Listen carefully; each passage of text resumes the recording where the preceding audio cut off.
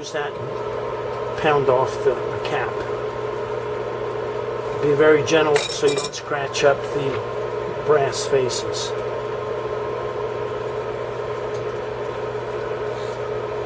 Put the blade on it, pound it in with your hand. Okay, go ahead and pull it off. Okay. Okay, don't move the cap anymore. We need to remember which way it came off.